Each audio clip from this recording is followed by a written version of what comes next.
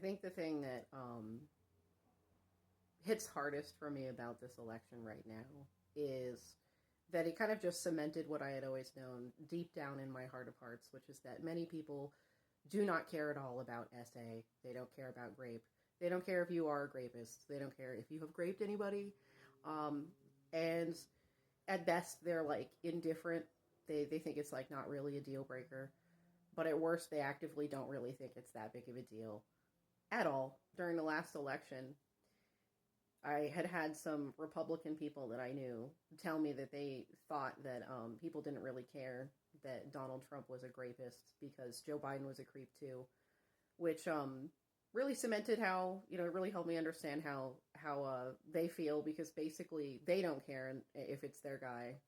They only care if it's someone else's guy. Whereas I don't have political lines on this issue. I have a very close family friend who I knew since childhood, who had spent a number of years living with my family, and he got blackout drunk and graped his girlfriend, and I cut him out of my life immediately.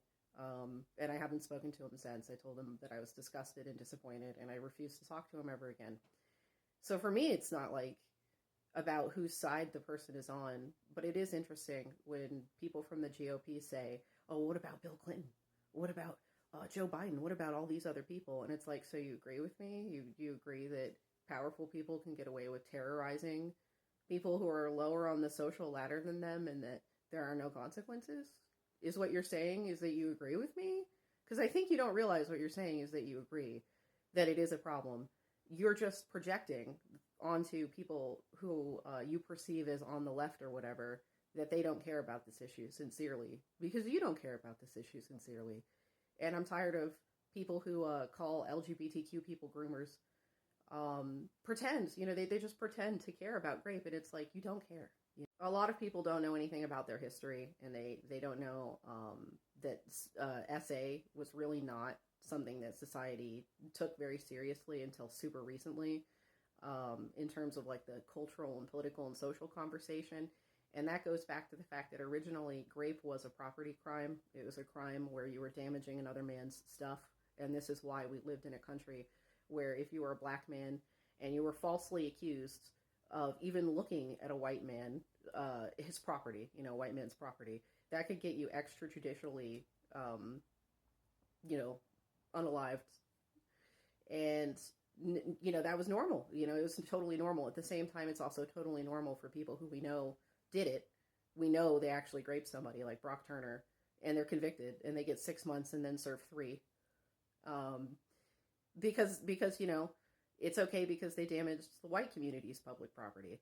It's their ideology. They believe that women and children are property, and therefore they have the right to abuse them. And people who are lower on the social ladder than them don't have the right to do anything when they're terrorized or abused. That's what they believe.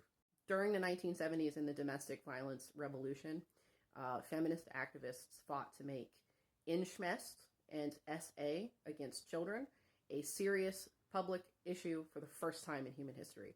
Please look this up. Read about the domestic violence revolution. It's a very interesting time in history, especially American history. But they basically came out in full force in the late 60s and all throughout the 70s to advocate that it's wrong to SA your children.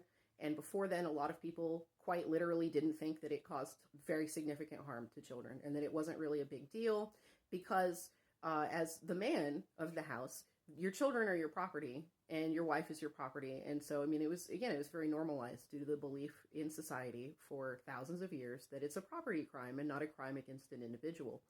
And during the 70s, this began to change, and people started to talk about it as a crime against an individual and a crime against a person. And the reality is that if you think grape is a crime against an individual and a crime against a person, because of how incredibly recent this is in human history, as a social issue, that you're quote unquote ahead of your time. You are ahead of your time on the issue of SA. You are ahead of your time. People talk about like segregationists and people who supported slavery, and they imagine if they lived in the past or whatever, that they would have been against all of those awful things.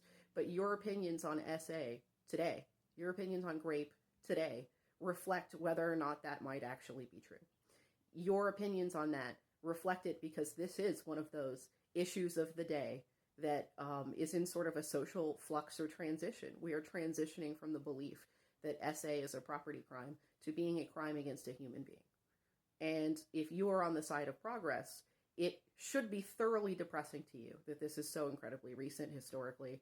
It should be thoroughly depressing to you that marital rape was legal until I was like 3 years old. I think it was outlawed when I was 3. Oh my God.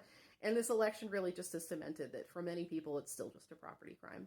And they'll never really care because as long as it's a position of power that a person is in, different rules apply to them.